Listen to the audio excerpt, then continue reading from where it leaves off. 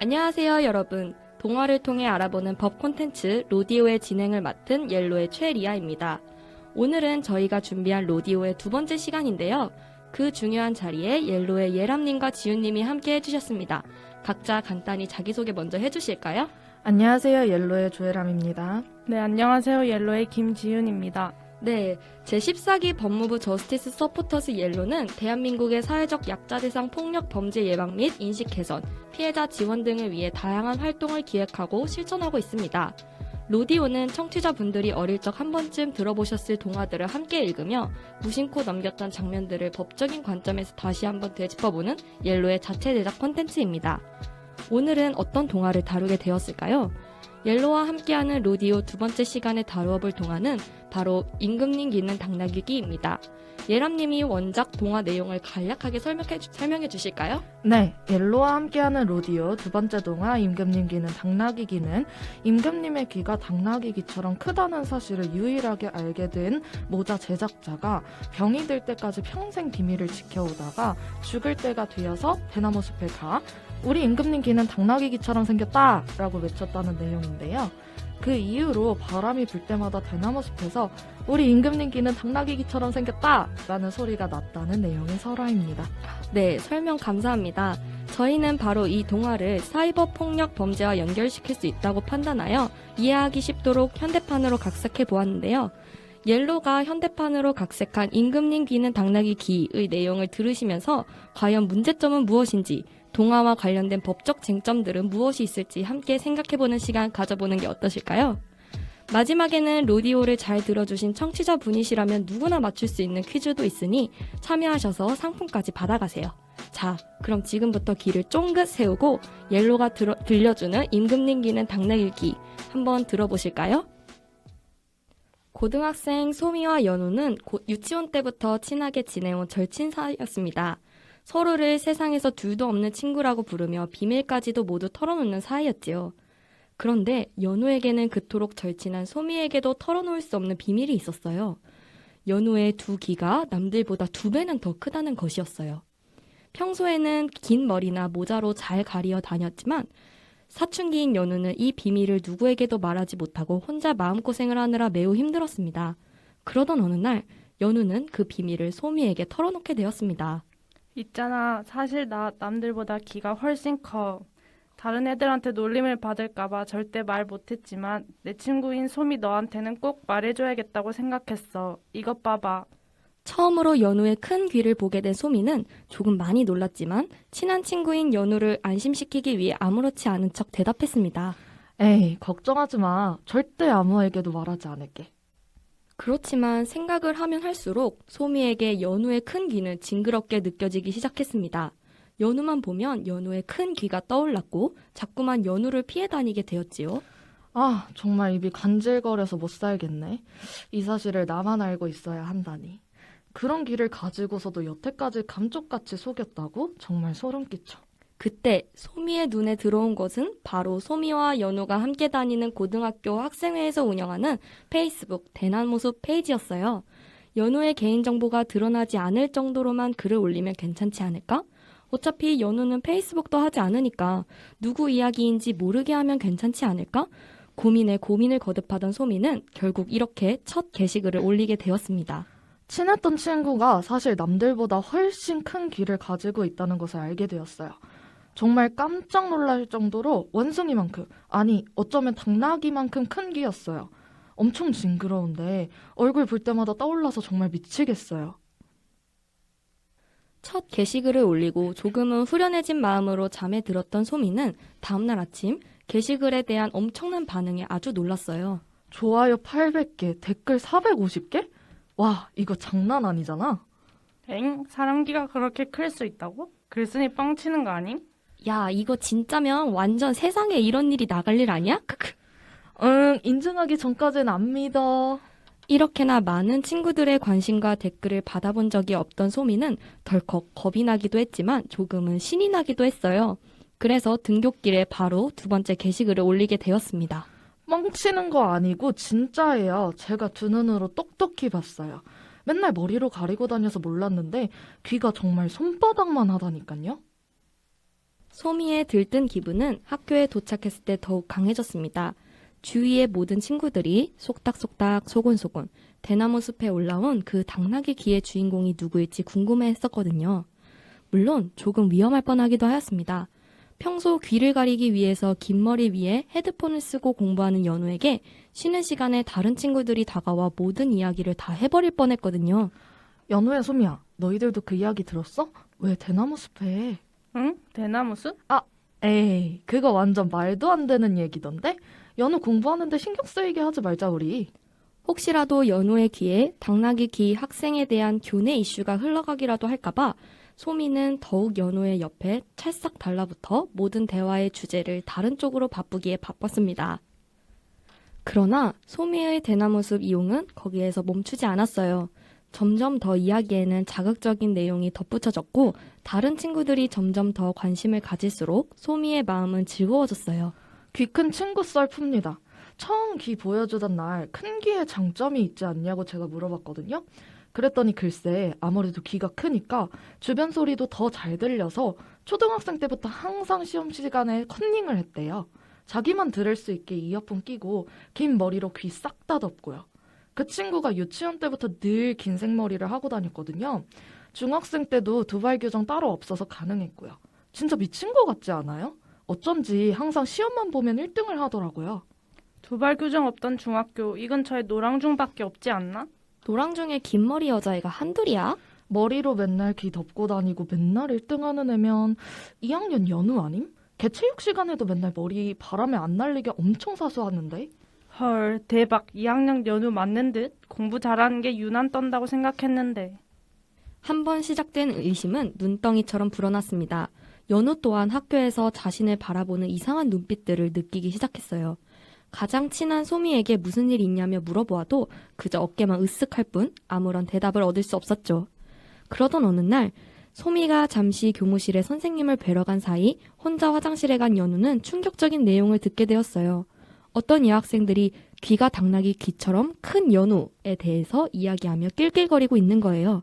잘 알지도 못하는 다른 반 여학생들의 대화에서 페이스북 대나무숲 페이지라는 말을 들은 연우는 즉시 잘 하지도 않는 페이스북을 열어 들어가 보았어요. 이게 뭐야? 이거 누가 올린 거야? 심지어 컨닝이라고? 내가 언제? 게시글에 달린 댓글들의 내용은 더욱 가관이었어요. 어쩐지 매번 1등하는 것부터 수상하다고 생각했다. 여태까지 다 컨닝한 결과였다면 퇴학시켜야 하는 것 아니냐 등의 의심하는 내용부터 괴물 같다. 알고 보니 외계인 아니냐 등의 근거 없는 비방까지. 핸드폰을 든 연우의 손이 바들바들 떨릴 정도였어요. 그 이후부터 자신을 바라보는 친구들의 시선과 대나무숲 게시글에 시도 때도 없이 올라오는 자신을 향한 비방이 무서워진 연우는 학교에 나가지 못했어요. 방문을 꼭 잠그고 이불 속에 누워 그저 눈물만 흘릴 뿐이었죠. 그렇게 학교 결석을 한 지 3일째 되던 날 담임 선생님께서 연우의 집에 찾아오셨어요. 평소 연우가 많이 좋아하고 따르던 엄마 같은 선생님이셨어요. 연우야, 무슨 일이니? 학교도 안 나오고 선생님이랑 얘기해보지 않을래? 입을 꼭 다물고 있던 연우는 선생님의 다정한 말에 결국 울음을 터뜨리며 모든 이야기를 털어놓았습니다. 연우가 이야기를 모두 마칠 때까지 기다려주시던 선생님은 연우를 꼭 안아주시며 이렇게 말씀하셨죠. 연우야, 물론 사춘기 여학생에게 남들과 달라 보인다는 것, 그리고 그것으로 놀림을 받는 것이 얼마나 힘든지 선생님도 잘 안단다. 그렇지만 남들보다 귀가 크다는 건 절대 특별한 게 아니야. 손이 큰 사람, 발이 큰 사람이 있듯이 귀가 큰 사람도 있을 수 있는 거란다. 또 귀가 커서 좋은 점도 있지 않겠니? 연우 같은 모범생에게는 수업을 더 집중해서 들을 수 있는 기회가 되기도 하고 말이야. 연우는 자신을 위로해 주시는 선생님의 말씀을 들으면서도 모든 두려움과 서러움이 없어지지는 않았지만 그래도 상황을 헤쳐나갈 용기를 얻게 되었어요. 다음날 연우는 처음으로 긴 머리를 단정하게 묶어 귀를 잘 드러낸 채로 학교에 갔습니다. 물론 주위 친구들의 시선과 수근거림은 외면하기 쉽지 않았지만 그럼에도 불구하고 늘 한결같이 연우의 곁을 지켜주는 친구들과 함께 천천히 극복해 나갈 수 있었어요. 결국 담임 선생님의 말씀처럼 큰 귀로 수업에 더욱 집중하여 공부에 매진한 연우는 전교생 중 가장 좋은 대학교에 붙어 학생 대표로 우등상을 받고 당당하게 졸업할 수 있게 되었습니다. 소미는 어떻게 되었냐고요? 연우의 비밀과 연우에 대한 잘못된 정보를 퍼뜨린 것에 대해 학교에서 징계를 받고 아주 친한 사이였던 연우와는 영영 절교를 하게 되었답니다. 네, 지금까지 동화 임금님 귀는 당나귀 귀의 현대판 각색이었습니다. 직접 구연 동화에 참여하신 옐로의 팀원분들은 어떻게 느끼셨나요? 저는 동화에서 비밀을 털어놓는 장소인 대나무숲을 페이스북 대나무숲 페이지로 변경한 점이 흥미로웠습니다. 두 공간은 혼자만 알고 있는 사실을 털어놓을 수 있는 공간으로 답답함을 해소해준다는 공통점이 있습니다. 여기서 더 나아가 사이버 공간인 페이스북 대나무숲 페이지는 익명으로 다른 사람들과의 소통도 가능한 공간입니다. 그래서 구연동화에 등장했던 소미 역시 익명으로 자신의 고민이었던 연우의 귀에 대한 비밀을 올리고 다른 학생들의 관심을 받으면서 후련함을 느낄 수 있었습니다. 익명으로 고민을 올리고 다른 사람들의 반응을 확인할 수 있다는 점은 사이버 공간의 순기능 중 하나라고 할 수 있습니다. 하지만 오히려 이러한 점을 악용할 경우 타인에게 피해를 끼칠 수 있기에 주의해야 합니다. 네, 맞습니다. 구연동화 후반부에도 드러났듯이 익명의 힘을 빌려 타인을 비방하거나 타인의 비밀을 퍼뜨리는 등의 행위는 큰 피해를 발생시킬 수 있습니다. 사이버 공간의 특성상 온라인 정보는 짧은 시간 안에 불특정 다수에게 퍼질 수 있습니다. 따라서 처음에 올린 게시글을 지우더라도 이미 사이버상에 광범위하게 퍼진 정보 모두를 삭제하는 것은 거의 불가능합니다. 네, 정말 사이버상에서 일어나는 폭력의 피해가 매우 심각할 수 있겠네요. 사이버 폭력에는 사이버 명예훼손, 사이버 성폭력, 사이버 스토킹 등이 포함되는데요. 이 중에서 동화 속 소미의 행동은 어떠한 사이버 폭력이라고 볼 수 있을까요? 사이버 명예훼손이라고 볼 수 있습니다. 정보통신망 이용 촉진 및 정보 보호 등에 관한 법률 제70조에 따르면 사이버 명예훼손이란 사람을 비방할 목적으로 정보통신망을 통하여 공연히 사실 또는 거짓의 사실을 적시하여 타인의 명예를 훼손하는 행위로 인터넷 게시판이나 카페 또는 트위터 등에 공개적으로 작성한 게시글이 타인의 명예를 훼손하는 경우에 성립될 수 있습니다. 이때 사실을 적시한 경우는 3년 이하의 징역 또는 3천만 원 이하의 벌금에 처해지며 거짓을 적시한 경우는 7년 이하의 징역, 10년 이하의 자격정지 또는 5천만 원 이하의 벌금에 처해지게 됩니다. 네, 허위 사실뿐만 아니라 사실을 적시한 경우에도 사이버 명예훼손이 될 수 있군요. 그렇다면 사이버 명예훼손의 현황은 어떻게 되고 있나요?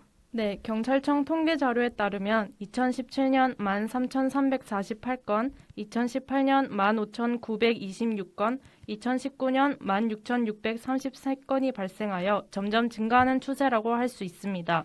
특히 요즘에는 흔히 알려진 악플뿐 아니라 미디어 플랫폼상에서 조회수를 노리고 타인에 대한 나쁜 소문을 퍼뜨리는 사례도 증가하고 있습니다. 익명의 뒤에 숨어서 타인에게 고통을 가하는 행위가 근절되었으면 좋겠습니다. 사이버 명예훼손의 검거율은 어떻게 되나요?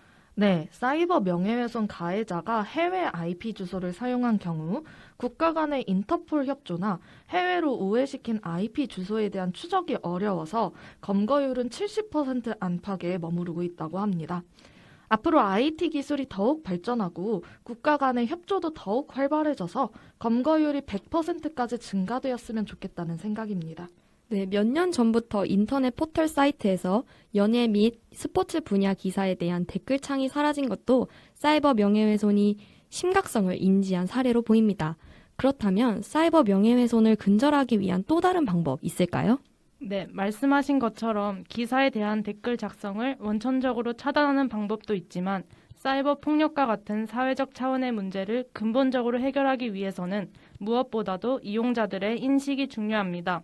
온라인상에서 남을 비방할 목적으로 글을 작성하지 말아야 하며 자신의 글이 타인에게 피해를 줄 수 있지는 않은지 한 번 더 생각해보고 신중하게 행동하는 자세가 필요합니다. 네, 좋은 말씀 감사합니다. 우리 모두 사이버상에서도 성숙한 시민의식을 갖고 행동하도록 노력해야겠습니다. 동화 임금님 귀는 당나귀 귀를 통해 알아보는 사이버 폭력 어떠셨나요? 함께 참여해주신 예람님과 지윤님, 오늘도 정말 즐겁고 유익한 이야기들을 나눌 수 있었던 것 같습니다. 로디오 두 번째 시간에 참여하신 소감이 어떠신지 궁금합니다. 현대판으로 각색한 이야기를 직접 구현 동화로 연기해보니 동화 임금님 귀는 당나귀 귀와 현대사회에서 발생하는 범죄 사이버 폭력을 연결시킬 수 있다는 것이 신선했습니다. 또 온라인 공간에서 쓰는 말들은 큰 문제가 되지 않을 수 있다라는 잘못된 편견으로부터 사이버 폭력 범죄가 시작된다는 점에서 우리 모두 일상생활에서 항상 사이버 폭력에 대한 경각심을 가져야겠다라는 생각이 들었습니다. 정말 즐거웠어요. 네, 사이버 명예훼손은 피해자의 마음에 큰 상처를 주고 명예 회복도 어려워서 더욱 극심한 고통을 겪게 만드는 분명한 범죄입니다. 다른 사람을 비방할 목적으로 익명성 뒤에 숨어서 손가락으로 누른 단어 하나, 문장 하나도 큰 범죄가 될 수 있음을 인식해야 한다고 생각했습니다. 대한민국 국민으로서 이러한 폭력 범죄를 사전에 예방할 수 있도록 우리 모두 온라인 공간에서 더욱 신중하게 언행을 해야 할 것 같습니다. 네, 두 분 다 좋은 말씀 감사합니다. 청취자분들도 즐겁고 유익하게 들으셨나요? 제14기 법무부 저스티스 서포터스 옐로와 함께한 동화를 통해 알아보는 법 콘텐츠 로디오는 청취자 퀴즈를 끝으로 마무리 짓겠습니다. 퀴즈를 맞추신 분께는 소정의 상품을 전달할 예정이니 많은 참여 바랍니다.